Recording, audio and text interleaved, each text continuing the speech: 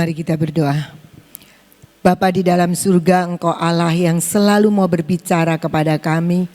Engkau Allah yang mendidik kami dan Engkau mau memberikan yang terbaik buat kami.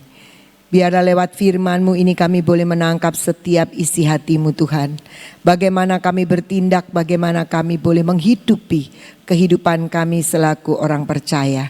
Terima kasih Tuhan karena kami percaya Roh Kudus-Mu sendiri yang akan menolong kami. Memberikan kepada kami hikmat, wahyu dan pengertian. Mengajar kami bagaimana kami memberlakukan firman-Mu dalam kehidupan kami. Terima kasih Tuhan di dalam nama Tuhan Yesus.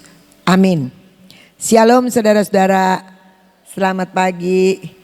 Buat yang di sini juga yang mengikuti streaming. Pagi ini kita akan sama-sama merenungkan tentang mentalitas kerajaan. Kenapa saya pilih ini? Karena saya menggumuli. Kita ini sekarang ini sedang dipersiapkan Tuhan untuk menikmati satu masa yang luar biasa. Seperti bangsa Israel dibawa ke tanah Kanaan, tanah perjanjian. Saya juga merasakan apa yang Tuhan sediakan saat ini lewat semua yang dicurahkan di taman Tuhan sedang membawa kita kepada satu titik di mana masa-masa kita akan menikmati susu dan madu. Dan tentunya itu untuk terima itu semua ada sebuah kesiapan buat kita. Dan Ibu Nani sudah menyampaikan bagaimana kita boleh mempersiapkan wadah yang besar. Tapi ternyata setelah saya merenungkan ada begitu banyak hal-hal yang perlu kita simak, yaitu tentang mentalitas hidup kita.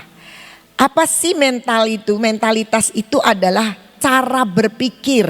Bagaimana konsep pemikiran kita dalam meresponi segala sesuatu.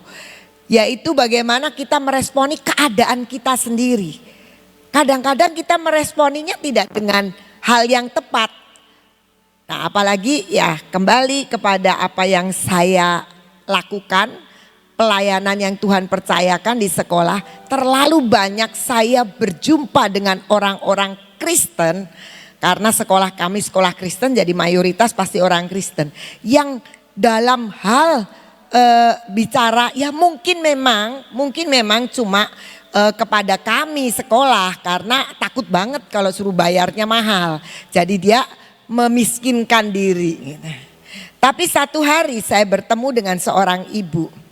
Dan ibu ini menyelesaikan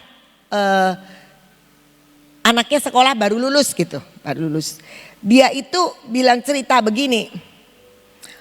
Saya itu dulu hidupnya dia itu sederhana. Saya selalu berharap bagaimana sekolah mau menolong anak saya yang sekolah. Saya berharap saya sering mendengar beberapa kali Miss Ina itu cerita tentang donatur. Ada anak yang ditolong, ada anak yang kesulitan, kemudian ada orang tua asuh. Saya selalu minta anak saya Tuhan ditolong, tapi kok ternyata tidak ditolong katanya. Dan sampai anaknya sekarang lulus tidak meninggalkan hutang memang. Nah, terus lulus. Kemudian saya dengar sekarang itu Koheri itu juga cerita bagaimana banyak donatur yang diharapkan untuk bisa menolong anak-anak sekolah.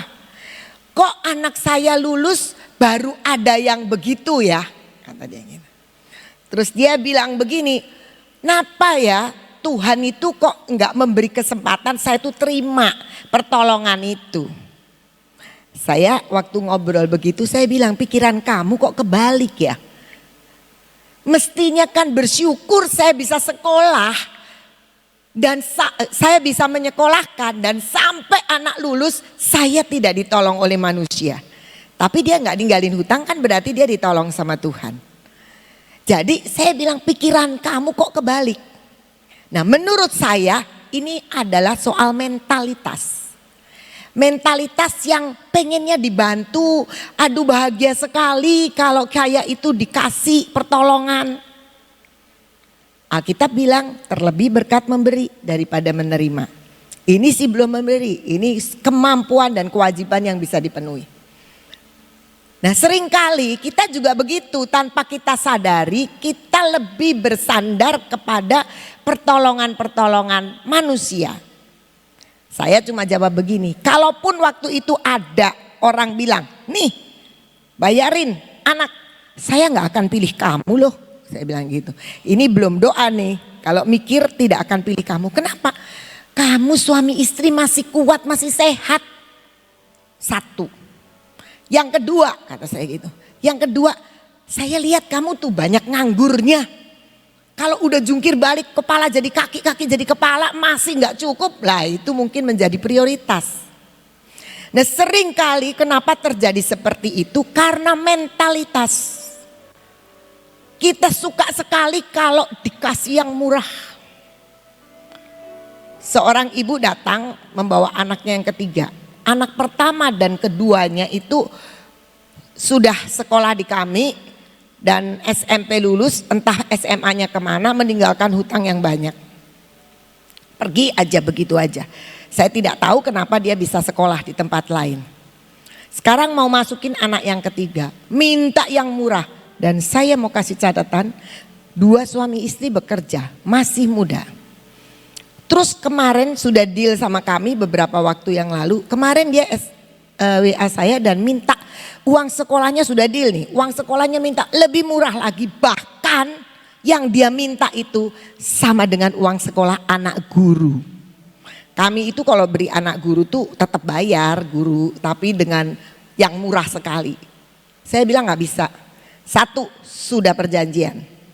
Dia udah tanda tangan. Dua, nggak mungkin orang tua akan disamakan. Sekalian aja kalau memang ada donatur memang bisa free. Kalau ada donatur. Tapi ini orang masih kuat. Kenapa? Sekali lagi mentalitas. Nggak tahu ada di sini. Mudah-mudahan tidak ada. Kalau udah mau ketemu dengan yayasan, mau deal, semua perhiasan copot, sepatu pakaian pakai yang tersederhana. Itu adalah mental. Kita mau masuk tanah Kanaan, kita mau masuk ke suasana susu dan madu, semua seneng. Tapi mental kita siap nggak? Karena ketika kita masuk, kita akan banyak hal yang Tuhan percayakan dan banyak hal yang Tuhan akan tuntut dari hidup kita juga. Nah, karena itu saya merenungkan ini. Kita jangan miss seperti bangsa Israel. Bangsa Israel sudah di depan tanah Kanaan. Tinggal nyebrang saja. Tapi ketika diutus 12 pengintai, bangsa Israel lebih percaya kepada 10 pengintai yang tidak melaporkan yang sesungguhnya. Dan dia lapor sebagian dari sesungguhnya tapi dikomentari. Cuma kita nggak mungkin bisa nyebrang sana. Tapi 2 pengintai itu yang memberitakan yang sesungguhnya disertai dengan janji Tuhan yang dipegang. Pak Hadi udah ceritakan itu. Nah sekali lagi jangan sampai kita miss. Mari kita menjadi orang-orang yang seperti Kaleb dan Joshua. Yang punya mental kerajaan. Yang tahu bahwa kalau dia masuk itu ada hal-hal yang juga harus dibayar. Luki bilang tanah Kanaan bukan tanah kosong. Yang tiba-tiba masuk terus enak terus akan menikmati susu dan madu. Tapi tanah yang harus direbut dan kemudian juga harus diolah. Nah mentalitas itu cara berpikir atau konsep pemikiran dalam meresponi semua hal. Mentalitas kerajaan tentunya cara berpikir atau konsep pemikiran yang mengidentifikasikan bahwa kita itu adalah keluarga kerajaan. Dan kita tahu kalau kita keluarga kerajaan itu enggak mungkin kan kita akan bersikap seperti budak. Tapi kita tentunya akan memiliki cara hidup yang berbeda. Dalam hal mental kerajaan Allah juga harusnya kita akan mengidentifikasikan bahwa kita adalah anak-anak Allah. Seperti Allah. Allah itu seperti apa? Allah pemilik langit dan bumi. Allah yang kaya. Allah yang luar biasa. Kita boleh terima janji Tuhan. Kita boleh tahu di depan kita adalah musim yang berbeda. Musim keberkatan, musim susu dan madu. Tapi persoalannya apakah kita siap punya mentalitas yang tepat untuk terima berkat Tuhan. Ada begitu banyak orang yang ketika dia belum sepertinya tanda petik belum diberkati. Wah udah doa, udah luar biasa hidupnya. Tapi ketika sudah, dia akan lupa dengan itu semua. Ini contoh kecil aja, contoh kecil aja. Saya dulu waktu kuliah punya teman pelayanan. Kami aktif di pelayanan kampus. Ini orang luar biasa, doa sama-sama. Dia jadi tim doa, dia ikut puasa. Waduh pokoknya dia luar biasa sekali. Dan kemudian mentor kami, kakak rohani kami itu bilang, kamu ini sekarang udah tingkat 2 waktu itu. Waktu itu saya tingkat 2. Kamu ini sudah tingkat 2. Teman saya ini jurusan hukum. Sudah harus mulai berdoa buat jodoh kamu. Kamu minta dari Tuhan jodoh yang tepat. Nah kita tuh berdoa, minta jodoh ya. Saya tidak tahu bagaimana dia berdoa, saya juga tidak tahu. Tiba-tiba dia memang bertemu dengan pacar, anak di kampus kami juga tapi beda jurusan. Seketika dia dekat dengan orang itu, langsung itu yang namanya persekutuan udah lupa sama sekali. Dan sampai saya lulus, saya tidak ketemu lagi dia ada.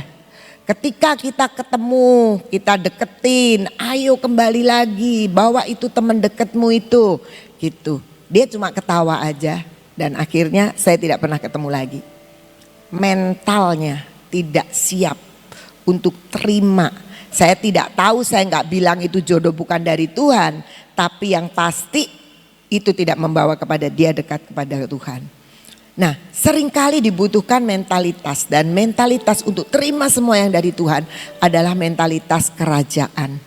Apa itu mentalitas kerajaan? Dikatakan bahwa konsep berpikir kita, cara berpikir kita yang kemudian sikap kita mengidentifikasikan bahwa kita adalah anak-anak kerajaan, anak Allah. Sebagaimana Allah murah hati, kita murah hati. Sebagaimana Allah adil, kita adil. Sebagaimana Allah mengasihi, kita mengasihi. Jadi kita akan mengidentifikasikan kerajaan. Seringkali kita kalau ada di sini, ya sudah suci semua kalau sudah di sini. Apalagi kalau udah ngobrol sama Ibu Nani ya, pasti suci kata-katanya. Tapi begitu keluar dari tempat ini, sepertinya itu kita sedang ada di planet yang lain. Tidak mengidentifikasikan bahwa kita itu adalah orang-orang Gracia. Enggak cerita kerajaan Gracia. Nah sekarang kita bagaimana kita memiliki mental kerajaan itu. Yang pertama kita akan lihat bahwa orang yang bermental kerajaan, dia tidak pernah menghilangkan identitas Tuhan di dalam hidupnya. Kita lihat contohnya Abraham di dalam Kejadian 14. Satu ketika Abraham ini dalam peperangan karena dia mau menyelamatkan Lot. Kemudian menang. Dan berkatalah Raja Sodom itu kepada Abram, berikanlah kepadaku orang-orang itu dan ambillah untukmu harta benda itu. Tetapi kata Abram kepada Raja negeri Sodom itu, aku bersumpah demi Tuhan Allah yang maha tinggi, pencipta langit dan bumi, aku tidak akan mengambil apa-apa dari kepunyaanmu itu, sepotong benang atau tali kasut pun tidak, supaya engkau jangan dapat berkata, aku telah membuat Abram menjadi kaya. Sebenarnya Abram itu punya jarahan banyak karena dia menang. Dan kemudian diajak sama Raja Sodom ini barteran. Dia punya kesempatan untuk ngambil karena dia menang. Dan dia punya tawanan banyak dari rakyat Raja Sodom. Terus Raja Sodomnya bilang gini, barter yuk, ini kekayaanku ambil aja, ambil. Tapi itu rakyatku kamu kasihkan. Dan Abram bilang apa? Aku bersumpah demi Tuhan yang maha tinggi, pencipta langit dan bumi, aku tidak akan mengambil apa-apa supaya Jangan satu ketika engkau akan mengatakan itu Abraham kaya itu kan karena barteran sama aku. Nah, jadi di sini kita lihat bagaimana Abraham tidak tergiur dengan itu semua. Dan itulah sebuah mental tertentu meresponi. Bagaimana meresponinya? Dia tidak akan pernah menghilangkan identitas Allah di dalam hidupnya. Bahwa kalau aku ada sampai saat ini karena Tuhan yang mengadakannya. Kalau aku bisa berdiri sampai saat ini karena Tuhan yang membawa aku ke tempat ini. Jadi kita tahu bahwa sesungguhnya itu dibutuhkan mental. Kita seringkali sudah tergiur dengan tawaran-tawaran dunia. Wah iya ya, coba kalau aku begini aku kan bisa jadi kaya. Aku kan bisa jadi terkenal. Aku kan bisa punya kedudukan yang tinggi. Tetapi kita lihat Abraham. Dia punya kesempatan, dia menang itu sebenarnya kekayaannya pun bisa dijarah. Tetapi dia tidak mau dan ketika orang-orangnya ini, orang-orang musuh itu ada di tangannya, Raja Sodom menawarkan sesuatu yang bisa menggiurkan Abraham. Tapi Abraham tahu prinsipnya. Jangan sampai ada orang yang akan menganggap bahwa Abraham kaya karena dia. Karena dia tahu bahwa bagaimanapun Abraham saat ini ada, dia berada karena Tuhan. Demikian juga dengan kita. Jangan pernah kita mengambil alih jasa-jasa hidup kita sendiri sehingga Tuhan itu menjadi kabur dalam hidup kita. Tapi orang yang punya mental kerajaan, dia tahu raja di atas segala raja yang memerintah dan memberikan segala sesuatu dalam hidup kita. Kita lihat Yusuf, Kejadian 39 ayat 7 sampai 9. Dikatakan demikian. Selang beberapa waktu ketika itu Yusuf kan ada di rumah Potifar sebagai budak. Selang beberapa waktu istri tuannya memandang Yusuf dengan berahi. Lalu katanya, marilah tidur dengan aku. Tetapi Yusuf menolak dan berkata kepada istri tuannya itu, dengan bantuanku tuanku itu tidak lagi mengatur apa yang ada di rumah ini. Dan ia telah menyerahkan segala miliknya pada kekuasaanku. Bahkan di rumah ini ia tidak lebih besar kuasanya daripadaku. Dan tiada yang tidak diserahkannya kepadaku selain daripada engkau sebab engkau istrinya. Bagaimanakah mungkin aku melakukan kejahatan yang besar ini dan berbuat dosa terhadap Allah? Sebenarnya kalau Yusuf itu mau sama istri Potifar pasti dia kedudukannya jauh lebih cepat. Dan tidak ada yang tahu. Kan istri Potifar juga gak mau perselingkuhannya diketahui orang. Tetapi dia tahu ada pribadi yang tahu, yaitu Allah. Dan hubungannya apa ketika dia dibujuk sama istri Potifar dengan berdosa terhadap Allah. Satu cuma hubungannya, karena dia tidak mau kehilangan identitasnya sebagai anak kerajaan. Dia tetap tahu di tempat yang tersembunyi dia tidak mau berbuat dosa terhadap Allah. Padahal bukan dia yang jatuh cinta sama istri Potifar, tapi istri Potifar yang jatuh cinta sama dia. Jadi mestinya lebih aman. Dia tidak menggoda istri Potifar, tapi istri Potifar yang menggoda. Dan dia akan cepat lepas dari perbudakannya tentunya. Walaupun mungkin masih ada di situ, tapi dia akan punya hal yang lebih besar lagi. Tapi kita tahu mentalitas menyelamatkan akan kehidupannya. Dia tetap punya mentalitas kerajaan. Dia tahu bahwa ini semua akan menjatuhkan identitas dia sebagai anak kerajaan. Dan dia tidak mau menghilangkan identitas itu sekalipun dia berposisi sedang jadi budak. Nah, seringkali kita sebagai orang percaya ketika kita mau melepaskan diri dari kesulitan kehidupan, kita pilih jalan yang paling gampang dan Allah itu tidak lagi menjadi figur atau pribadi yang kita utamakan. Dan itu tidak memiliki mentalitas kerajaan. Kita seringkali menjatuhkan diri kita dari perkara-perkara yang sebenarnya Tuhan sudah lakukan. Seperti bangsa Israel, mereka sudah keluar dari tanah Mesir dengan tangan yang kuat, yaitu tangan Tuhan yang mengeluarkan. Dan mereka disaksikan bagaimana Tuhan itu luar biasa mendemonstrasikan sampai mereka bisa keluar dari tanah Mesir, bahkan sampai anak sulung mati, bahkan sampai menyeberangi laut Teberau. Semuanya sudah dilakukan dengan demonstrasi Tuhan yang luar biasa.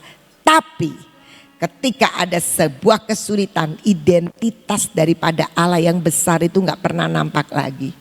Adanya menyalahkan, adanya gerutu, adanya ngomel-ngomel dan sebagainya.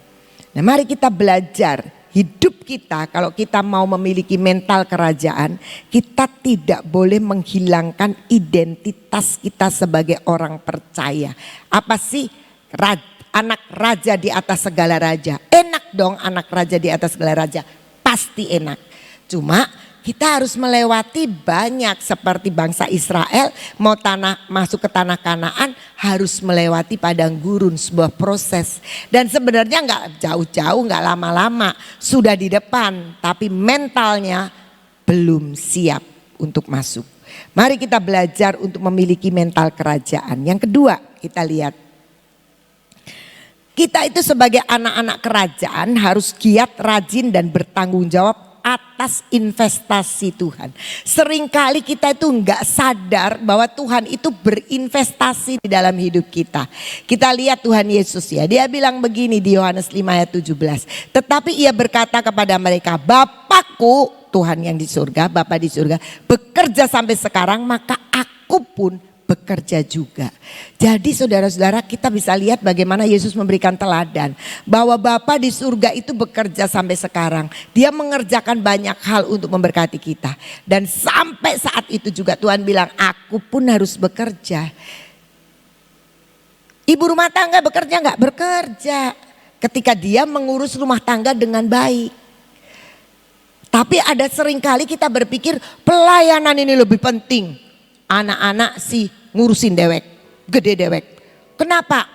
Lagi saya kecil juga mama papa saya nggak ngurusin tuh. Saya buktinya gede sendiri. Saudara-saudara, kami ketemu dengan seorang murid. Murid ini di sekolah kami kan dipakein rompi. Sekarang khusus yang anak-anak baru ada jaketnya. Dengan maksud nggak boleh pakai jaket sembarangan di kelas. Karena anak-anak itu dulu yang waktu belum ditentukan begitu tuh pada bawa jaket, tutupin semua kepalanya, nunduk-nunduk, nggak tahu makan, nggak tahu apa. Jadi kami tidak diperbolehkan. Semua pakai rompi. Satu hari ini anak pakai jaket. Jaket karena dia bukan kelas yang baru, dan yang punya jaket baru itu biasanya kelas-kelas yang pertama. Supaya nggak perlu membebani orang tua harus beli jaket. Jaketnya kami cukup tebal, cukup bagus. Nah, anak ini dia pakai jaket sendiri di rumah. Jadi wali kelas bilang gini, maaf jaketnya kamu harus dicopot katanya. Dia nggak mau. Sampai dengan wali kelasnya itu ya sedikit tegang gitu. Harus dicopot. Aturan tidak boleh pakai jaketnya sendiri dari rumah. Karena dia level yang belum dikasih jaket waktu masuk. Akhirnya dipaksa sama wali kelas. Ketika dibuka, itu kancing bajunya dari atas sampai bawah. Gak ada, protol semua. Pertanyaan saya, ketika guru lihat seperti itu, langsung apa komentarnya? Komentar umum. Ini mamahnya gimana sih? Kalau gak tahu mamahnya, siapa sih orang tuanya? Ya kan? Identitas, tanggung jawab, investasi. Diurus enggak sih kok anak seperti ini? Ada kepala sekolah satu ketika lapor sama saya juga. Miss, tolong si itu anak-anaknya si A itu enggak suka mandi kalau berangkat sekolah. Baunya kurang enak. Pertanyaannya, apa yang kemudian jadi komentar orang? Anaknya siapa sih? Itu pasti. Dan kemudian saya panggil orang tuanya. Karena orang tuanya hanya sejauh beberapa meter dari saya. Artinya orang Gracia. Saya panggil. Jawabannya apa? Saya sudah ajari kok dia pasang kancing. Betul, bagus diajari. Dikontrol tidak? Kan harus dikontrol. Kalau tidak, akibatnya apa? Semua guru kepala sekolah akan bilang, ini mamanya gimana sih? Nah, kadang-kadang kita berpikir kita sudah terlalu bagus melayani. Tapi urusan yang seperti itu menghancurkan identitas kita loh. Mungkin yang di Gracia nggak tahu, tapi yang di sekolah tahu. Dan guru-guru tahu. Saya mau katakan, Bapakku bekerja sampai sekarang, maka aku pun bekerja juga. Itu bukan soal melayani di gereja, tapi keseluruhan hidup kita ada menggambarkan bahwa kita sedang mengerjakan apa yang Tuhan investasikan dalam hidup kita. Termasuk anak-anak kita, itu investasi Tuhan. Termasuk kemampuan kita, itu investasi Tuhan. Saya senang sekali dengan satu judul tentang perumpamaan tentang talenta. Tapi judulnya doang di Matius 24 di The Message. Judul perikopnya aja. Judul perikopnya kan kalau di bahasa Indonesia terjemahan baru itu kan dikatakan perumpamaan tentang talenta. Tapi kalau The Message dia punya judul The Story About Investment. Perumpamaan, cerita tentang investasinya Tuhan. Jadi sebenarnya kita itu ditaruh investasi sama Tuhan. 5 talenta, 2 talenta, 1 talenta. Dan kalau ada yang 1 talenta diumpetin, tidak dikerjakan, Tuhan marah. Jadi mental kerajaan Allah adalah mental bagaimana kita bertanggung jawab dengan giat, dengan rajin atas semua investasi Tuhan dalam hidup kita. Saya nggak bisa apa-apa, nggak percaya Tuhan tuh ngasih 5, 2, 1, nggak ada yang tidak dikasih apa-apa. Pasti bisa. Mari kita belajar mengerti bahwa Tuhan menginvestasikan sesuatu dalam hidup kita yang harus dikerjakan. Dan itu sebuah mentalitas. Menarik 1 Petrus 4 ayat 10. Kita baca dari firman Allah yang hidup. Dikatakan demikian, Allah telah memberikan bakat-bakat khusus kepada saudara masing-masing. Pergunakanlah bakat-bakat itu untuk saling menolong dan salurkanlah berkat Allah yang bermacam-macam itu kepada orang lain. Artinya Tuhan itu memberikan bakat-bakat khusus kepada kita. Bakatnya nggak tahu apa, pasti kita punya bakat. Bahkan ada juga bakat memperhatikan orang, itu bakat juga. Kalau saya itu suka lupa, tapi ada orang-orang yang suka memperhatikan. Pergunakan bakat-bakat itu untuk saling menolong. Ada yang lupa, ada yang mengingatkan, ada yang nggak bisa, ada yang menolong. Salurkan berkat Allah. Jadi bakat itu berkat Allah. Yang bermacam-macam itu kepada orang lain.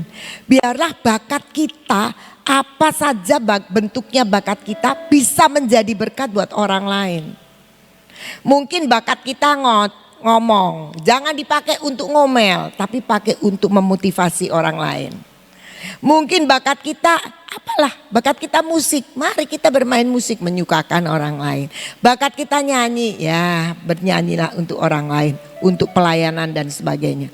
Bentuk apapun dikatakan Tuhan memberikan bakat-bakat khusus kepada saudara masing-masing, tidak terkecuali. Pergunakan bakat-bakat itu untuk saling menolong, saling melengkapi. Dan salurkan berkat itu dengan bermacam-macam yang bermacam-macam itu kepada orang lain. Di dalam pelayanan saya dikelilingi oleh teman-teman yang punya bakat yang saya tidak punya bakat di situ. Dan saya senang. Suruh jadi pengurus GK, mau aja. Nggak bisa masak, tapi saya punya teman-teman yang pintar masak. Suruh ngurusin duit, maaf, saya nggak seneng ngurusin duit. Ada Ibu Guatlan yang ngurusin duit ya. Semua itu saling menolong, saling menjadi berkat buat orang lain. Di sekolah pun begitu. Sampai saudara-saudara, saya itu kan kalau ada pertemuan selalu suruh kata sambutan. Saya itu paling nggak seneng kata sambutan, saudara. Kenapa? Karena saya tahu waktu sekolah kata sambutan nggak pernah didengerin. Jadi saya tahu kalau saya kasih kata sambutan nanti nggak didengerin. Terus kata sambutan zaman sekarang itu suka ditutup dengan pantun. Saya juga seneng berpantun. Nanti anak-anak cakep gitu, orang tua juga begitu. Tapi saya tidak pandai berpantun. Jadi tiap kali ini kemarin graduation 4 kali itu, kalau tiap kali saya mau sambutan, saya suka ngomong sama guru-guru, nggak usah sambutan, sapaan aja. Kalau sambutan itu nanti saya kebalik-balik ngomongnya, udah sapaan aja, iya. Tapi ditutup pantun. Nah, saya selalu bilang Mas Sir, kali ini pantunnya bikinin. Tiap kali dibikinin. Kemarin saya lagi ngasih kata sambutan di graduation SMP, sudah dikirim belum pantunnya? Sudah, dicari-cari nggak ketemu. Saya bilang sini nanti dulu, saya mau berpantun tapi pantunnya kok belum saya terima. Nggak apa-apa lah, saya tahu bahwa ada orang yang bisa menolong saya menjadi berkat buat menyemarakan suasana. Dan mari kita belajar, mungkin cuma pantun, tapi kalau yang nggak bisa pantun nggak bisa berpantun. Tapi kalau yang pinter menolong orang yang tidak bisa berpantun. Nah mari, bakat itu diberikan Allah dan kita harus mengerjakan investasi Allah itu dalam bentuk apapun. Mungkin kita tidak segede-gede apa bakat kita, nggak apa-apa. Yang 2 talenta jadi 4. Yang 1 enggak itu kasihkan sama yang sudah punya 10. Jadi kita kerjakan sehingga itulah dikatakan Tuhan hal kerajaan surga seumpama, berarti kerajaan surga itu identitasnya seperti itu. Mari kita punya mentalitas untuk mengerjakan investasi Tuhan.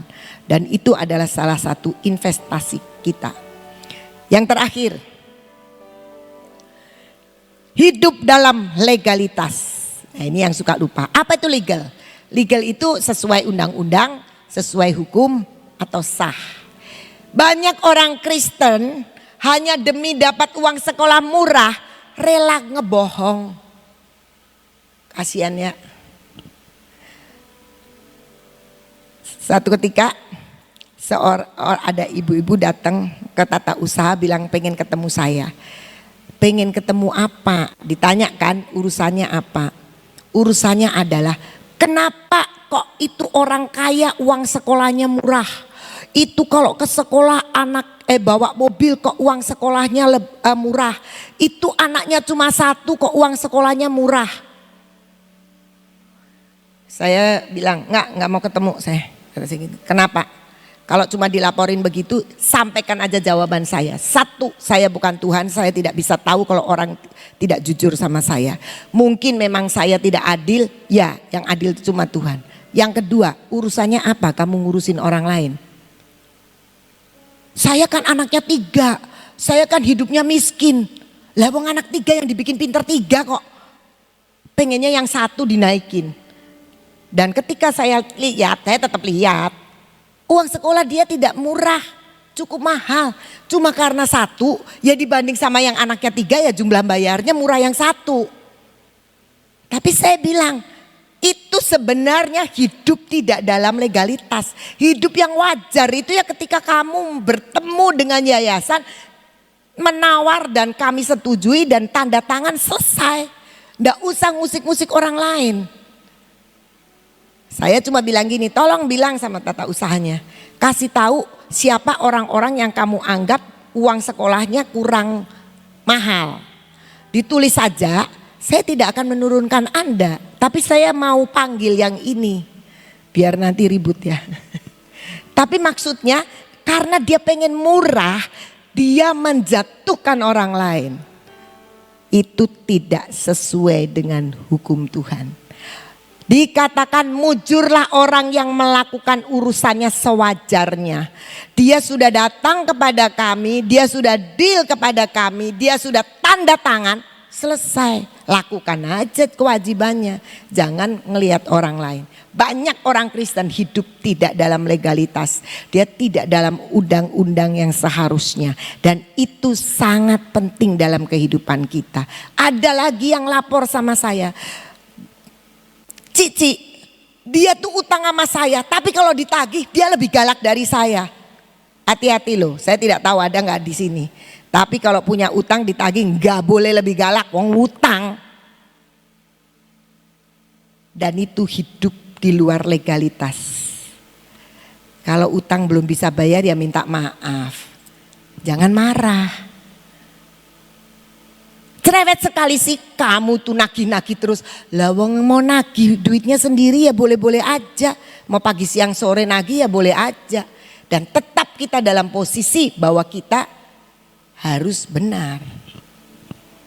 Hidup dalam legalitas. Roma 13 ayat 7.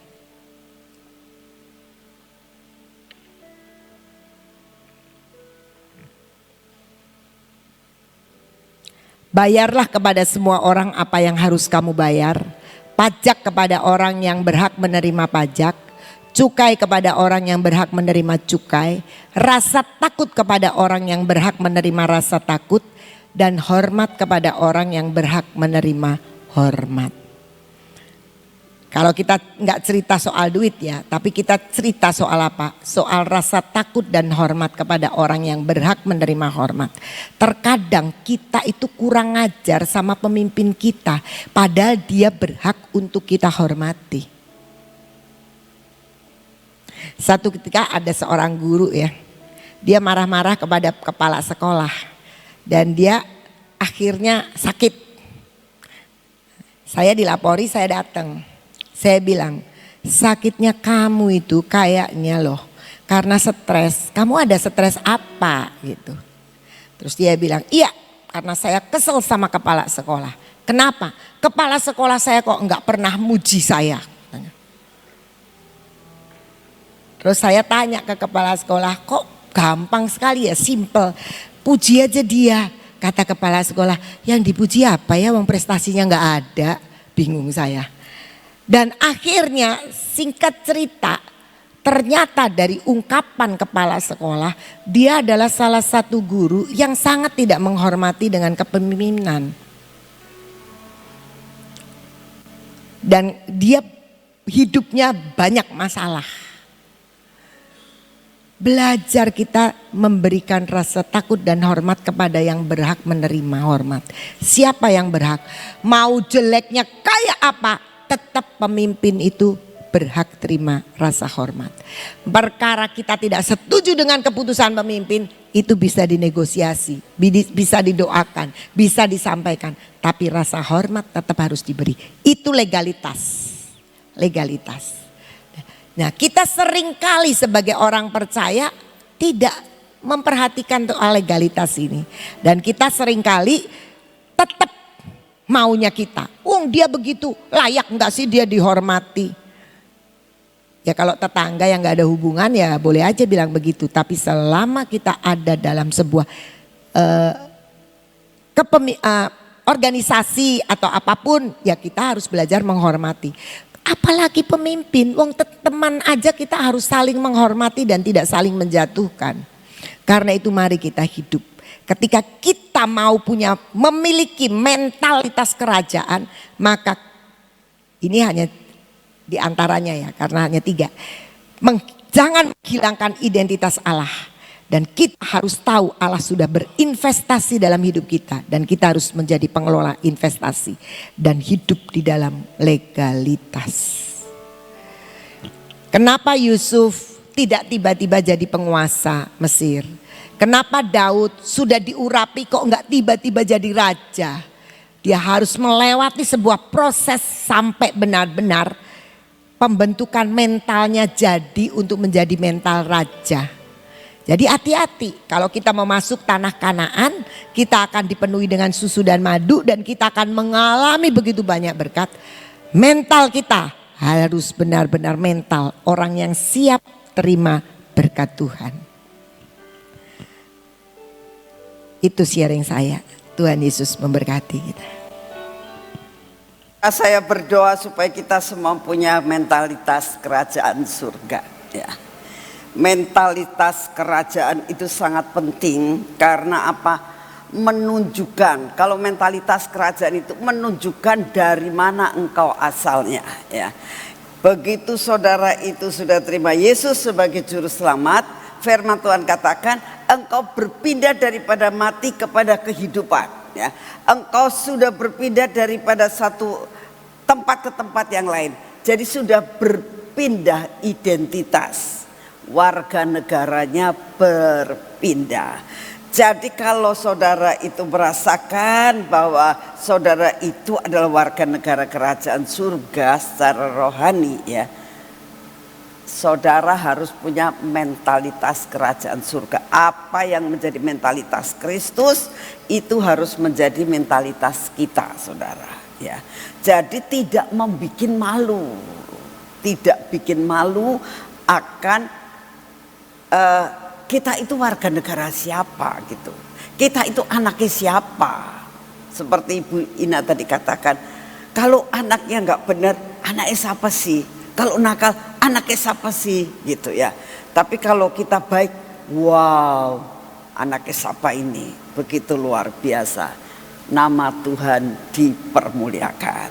Belajarlah punya salah satu mentalitas kerajaan. Saudara, saya punya pengalaman ya bahwa baru kemarin punya pengalaman ada seseorang yang transfer uang kepada saya besar sekali. Ya. Puluhan juta.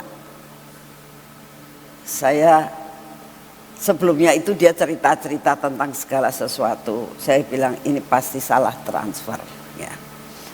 Lalu dianya WA salah transfer. Saya bilang oke, saya bilang gitu, saya kembaliin aja transferan kamu. Tapi akhirnya dia ngomong begini, rasanya nggak usah dikembaliin lah, katanya gitu. Sudah nggak apa-apa buat pelayanan. Gitu. Tapi Tuhan ngomong kamu harus kembalikan. Nah, jadi saya transfer kembali sejumlah uang yang dia transfer puluhan juta itu. Saya bilang, kamu harus belajar ya, untuk benar-benar mengerti. Saya tahu ini kamu salah transfer. Mungkin karena gak enak ya sama saya. Sudah ditransfer kok mau diminta kembali itu gak enak gitu loh. Jadi rasanya, sudah gak usah ditransfer kembali gitu. Saya bilang gak bisa. Langsung saya transfer kembali. Saudara, kita harus tahu ya, mempunyai mentalitas kerajaan. Ya. Jadi jangan merasakan apa ya, loh orangnya kan sudah ngomong nggak apa-apa. Mungkin ini Tuhan kasih saya hak saya untuk mendapatkan berkat yang banyak. Itu bukan mental kerajaan. Ya. Harus benar-benar belajar seperti Abraham yang mengatakan tadi. Jangan sampai Raja Sodom merasakan aku kaya karena kamu. Ya, jadi belajar benar-benar punya mentalitas kerajaan dalam segala sesuatu. Tadi yang sudah diceritakan sama Ibu Ina tadi, saya sedih karena merasakan gini. Kok seperti itu ya? Kok tidak bisa merasakan bahwa saya mau jadi berkat buat sekolah terbang gitu ya. Suatu saat kalau ada orang mau menikah ya, Ibu Nani saya tuh anggota di sini, dia bilang saya mau nikahkan anak saya, dapat diskon nggak? Saya ketawa dan saya mengatakan kamu seharusnya jadi anggota di sini memberkati di sini bukan minta diskon. Langsung diem. Ya. Saya selalu mengajar mereka. Justru kalau kamu di sini itu memberkati bukan minta diberkati. Ya. Firman Tuhan katakan tabur maka engkau akan menabur. Dan saat-saat ini belajar menabur. Ya. Nanti engkau akan menuai luar biasa. Ya. Belajar dan belajar saudara, tabur dan tabur. Maka engkau akan mengalami perkara yang luar biasa. Saya mau sedikit kesaksian juga ya. Ini Pak Heri ini kan memberikan ya pokoknya ngasih info-info, ayo jadi donatur. Ada satu orang saudara yang kemarin saya ketemu, orang Mahanaim, orang yang setia sama Tuhan, orang yang pelayanan sama Tuhan. Dia itu lagi dalam keadaan sangat-sangat kepepet saudara. Nah lalu dia baca yang punyanya Heri, aduh sekolahan katanya butuh uang ya. Pak Heri lagi ngurusin mengenai makanan setiap hari. Tuhan aku tuh pengen untuk jadi berkat ya. Tapi uangnya gak ada saudara. Dia di rumahnya itu hanya tinggal uangnya 1 juta. Tapi akhirnya ya dia itu 1 juta itu dibagi 2, 500 untuk buat sekolahan sama buat makan setiap hari. Dia nggak punya uang, 0. Sudah begitu tiba-tiba tokennya habis. Anaknya ngomong, "Pah, lampunya mati Pah, tokennya habis." Aduh Tuhan, nggak punya uang sama sekali. Ya. Saya sampai mengatakan Tuhan, hati yang ingin memberi, pol-polan sampai nggak punya uang. Dia cuma ngomong, Tuhan, ini lampunya mati nih Tuhan. Ini masih siang, nanti malam ya nggak tahu gimana. Uangnya nggak ada sama sekali, habis. Ya. Dia hanya berdoa sama Tuhan, Tuhan, aku mau memberikan yang terbaik. Aku mau benar-benar menabur dan menabur. Ini uangku nggak ada, ini habis gitu ya.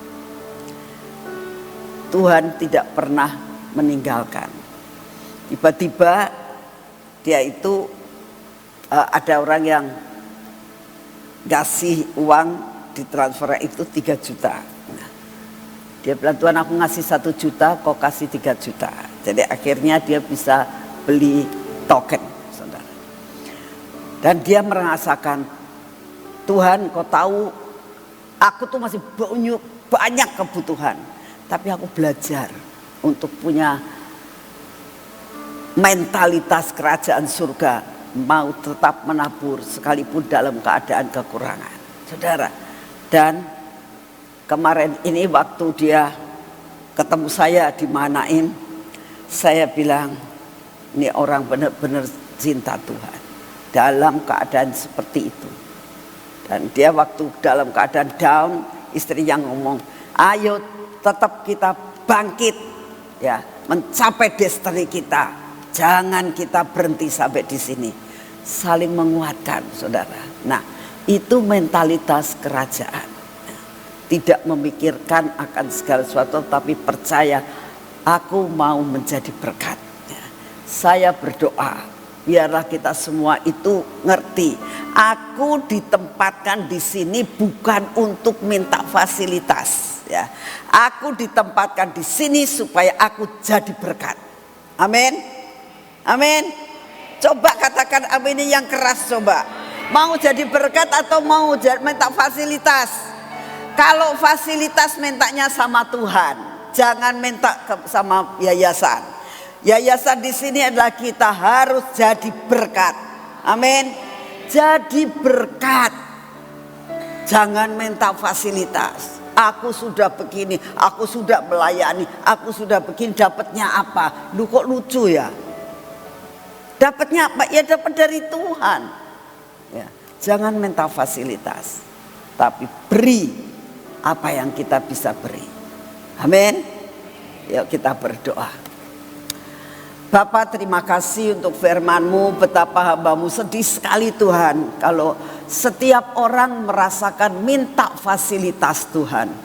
Berikan kepada kami mental yang tidak minta fasilitas, tapi kami mau menjadi seorang yang selalu memberi dan menabur. Terima kasih Bapak, terima kasih untuk kasih setiamu. Buat kami punya mental Tuhan untuk memberi dan bukan diberi. Terima kasih untuk kasih setiamu Tuhan. Ingatkan kami bahwa kami ditempatkan di sini bukan untuk minta fasilitas, Tapi kami ditempatkan di sini untuk menjadi berkat. Dan untuk kami dapat menjadi berkat sampai ke ujung bumi. Itulah kerinduan kami. Lepaskan kami daripada mental yang tidak benar. Terima kasih untuk semuanya. Bapa, saat ini kami datang di hadapan-Mu. Kami sungguh menyerahkan akan semua masalah dalam hidup kami ke dalam tangan-Mu. Kami berdoa untuk guru-guru Tuhan. Buat guru-guru ini mengerti untuk dicangkokkan dalam tempat ini. Sebagaimana tempat ini diberkati, biarlah guru-guru juga diberkati. Kami semua yang ada di sini Tuhan, buat kami punya mental untuk dicangkokkan di dalam pohon yang sudah Kau tentukan, yaitu tempat gracia ini. Biar kami tidak sekedar menikmati berkat, tapi kami berbuah bersama-sama untuk menjadi berkat Tuhan. Terima kasih untuk semua dan semuanya ini. Bapak, saat ini kami datang di hadapan-Mu. Kami tetap berdoa Tuhan, kalau hamba-Mu melihat keadaan kota ini sangat menyedihkan Tuhan. Karena setiap toko digambar-gambar, coret-coret Tuhan, kami minta perubahan dalam kota ini. Kota ini menjadi kota yang semarak. Kota ini adalah menjadi kota penutup yang bakal terjadi lawatan, kemujizatan, pemulihan. Oleh karena itu kami minta di dalam nama-Mu, Engkau yang akan bekerja Tuhan, dari RT, RW, lurah, camat sampai wali kota. Engkau tentukan wali kota yang benar-benar cinta kepadamu, yang benar-benar takut kepadamu, yang benar-benar mencintai dan rela berkorban buat kota ini. Tuhan, kami minta Engkau yang akan menentukannya, Engkau yang akan memilih, dan Engkau yang akan memberikan. Terima kasih untuk semuanya. Kami tetap mau berdoa buat semua pemimpin-pemimpin yang akan ditentukan, baik kabinet, menteri, maupun setiap wali kota, gubernur di seluruh Indonesia ini. Engkau yang akan menentukan Tuhan. Biar Indonesia menjadi milik-Mu. Indonesia menjadi negara yang benar-benar takut akan Engkau dan berkedaulatannya di dalam tangan-Mu. Terima kasih untuk kasih setia-Mu ya Bapa. Kami berdoa untuk lawatan Tuhan. Kami sangat merindukan terjadi lawatan di seluruh Indonesia sampai di luar negeri. Kami minta anugerah-Mu turun. Kami minta kekuatan. Apapun yang terjadi Tuhan dalam dunia ini, Engkau akan meluputkan kami anak-anak-Mu dimanapun juga berada, baik di dalam negeri maupun di luar negeri. Bapak, luputkan kami dari segala malapetaka yang Kau izinkan terjadi. Terima kasih untuk kasih setia-Mu. Segala pujian, hormat, syukur kami naikkan di hadapan-Mu Tuhan. Dan saat ini kami mau menerima yang dinamakan kekuatan baru, daya tahan tubuh yang baru, supaya kami benar-benar dapat menjalani kehidupan ini bersama dengan Engkau. Terima kasih untuk kasih setia-Mu. Bapa, sungguh Engkau Bapa yang luar biasa. Kami percaya Tuhan, hari ini adalah hari yang luar biasa. Engkau akan menyediakan pesta rohani sebentar sore Tuhan. Kau berkati Ibu Ripkah yang akan menyampaikan pesan-Mu. Siapkan kami semuanya untuk menyambut akan segala sesuatu yang sudah Engkau siapkan buat kami sebentar sore. Siapkan hati kami juga untuk hari Sabtu dan Minggu. Tuhan, Kau akan melakukan perkara yang ajaib. Oleh karena itu siapkan hati kami untuk menerima segala sesuatu yang Kau sediakan buat kami. Terima kasih untuk semua, dalam nama Tuhan Yesus. Mari kita masuk dalam pengurapan.